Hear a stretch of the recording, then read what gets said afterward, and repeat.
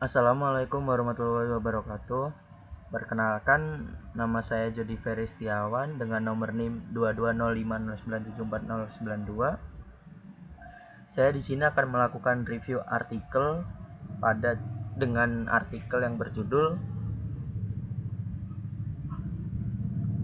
Towards Smart 6G Mobile Prediction for Dynamic Edge Service Migration dengan penulis Christina Bernat, Alexandra Dedinek, Katja Gili, Sonja Filiposka, Anastas Misev dengan sumber Expert System with Application volume 297 2026.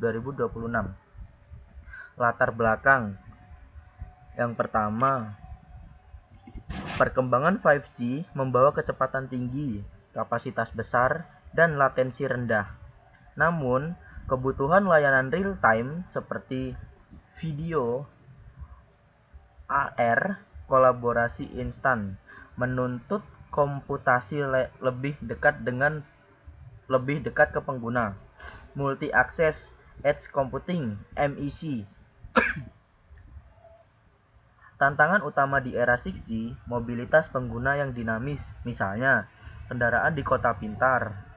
Mobilitas menyebabkan handover antar sel yang bisa menurunkan QoS jika tidak diantisipasi.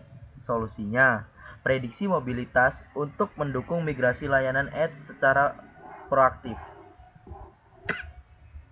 Kontribusi utama penelitian yang pertama, workflow simulasi besar skala 5G mobilitas menghasilkan dataset kaya fitur mobilitas dan konektivitas.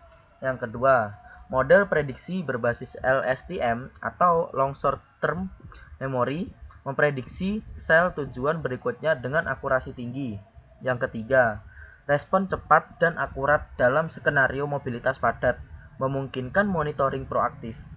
Yang keempat, migrasi layanan edge proaktif mengurangi latensi, meningkatkan QoS, dan efisiensi penggunaan sumber daya jaringan.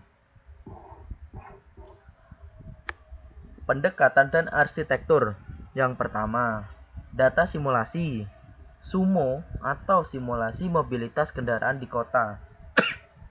Omnet plus dengan Simu 5G sama simulasi jaringan 5G menghasilkan metrik kanal, sinyal strength, SINR, throughput, delay. Data digabung dan diproses menjadi 37 fitur. Mobilitas plus jaringan plus riwayat lokasi. Lalu ada feature engineering. Posisi, kecepatan, arah, sinyal kendaraan. Kualitas kanal, SINR, CQI, throughput, delay. Informasi historis 7 detik sebelumnya untuk memperluas horizon prediksi.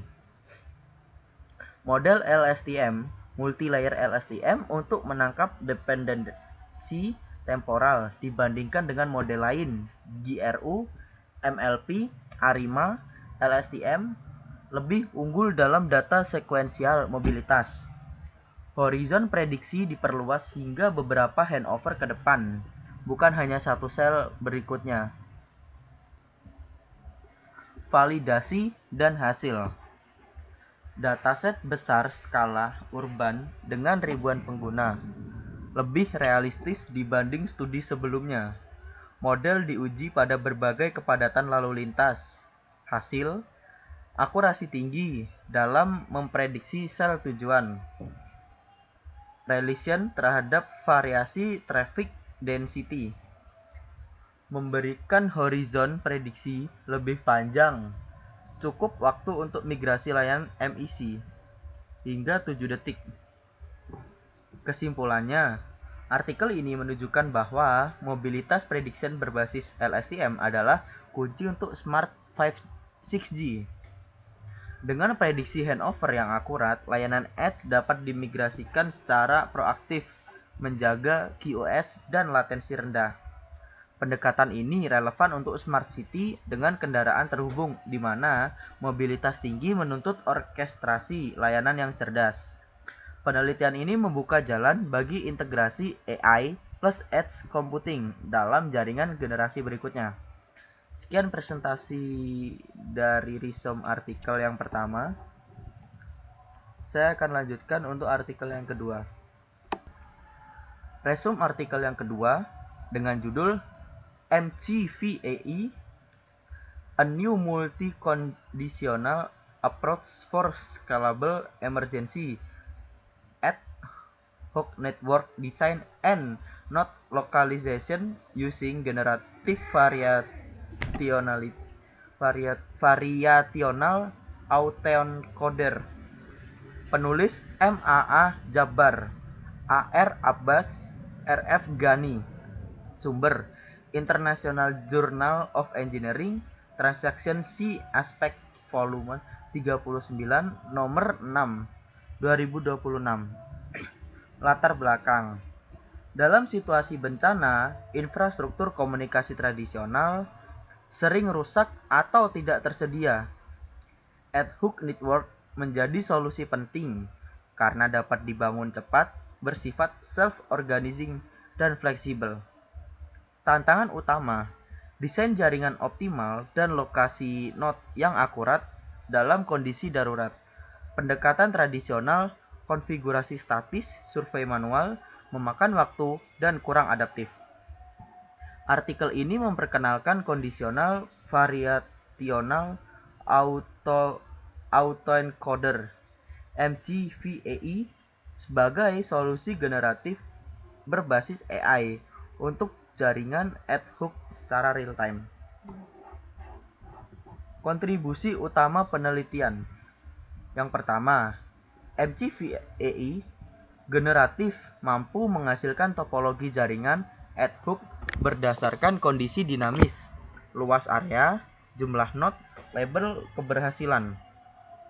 Yang kedua, dataset simulasi baru merepresentasikan skenario realistik ad hoc untuk pelatihan model AI dalam konteks darurat.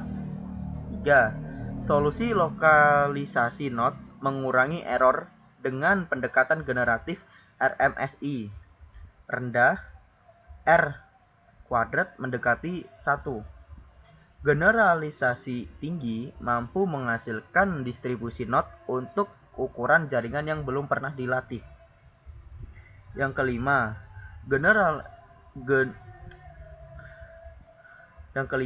kinerja unggul dibanding metode tradisional dalam hal akurasi lokalisasi, cakupan node, dan efisiensi deployment. Lalu terdapat metodologi. Yang pertama, tahap 1 dataset acquisition.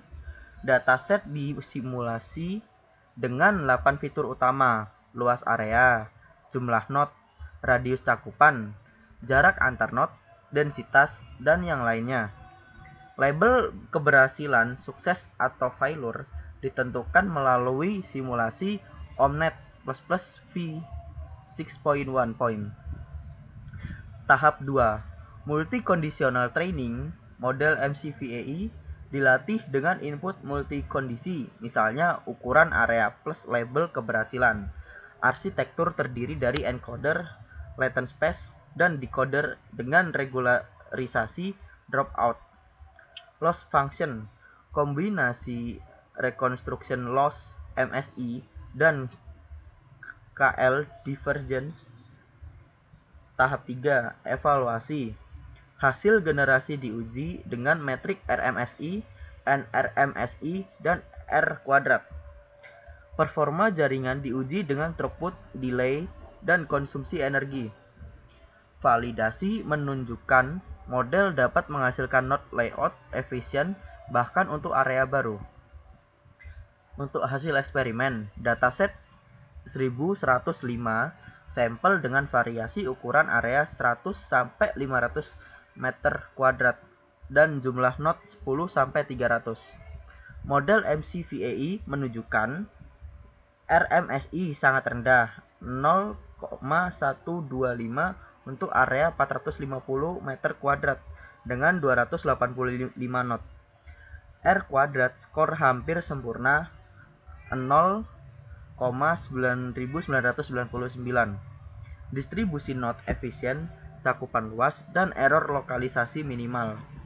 Model mampu mengskalakan jaringan sesuai permintaan pengguna secara otomatis. Kesimpulannya, artikel ini memperkenalkan pendekatan generatif berbasis MCVAI untuk desain jaringan ad hoc darurat. Solusi ini cepat dan adaptif, cocok untuk deployment real time di area bencana. Lalu scalable, dapat menangani berbagai ukuran area dan jumlah knot. Akurat, menghasilkan distribusi knot dengan error minimal. Kontribusi ini menjadi langkah awal pemanfaatan generatif AI untuk kesiapan komunikasi darurat di masa depan. Sekian dari presentasi resume artikel yang kedua pada mata kuliah jaringan nirkabel. Mohon maaf bila ada salah kata. Wassalamualaikum warahmatullahi wabarakatuh.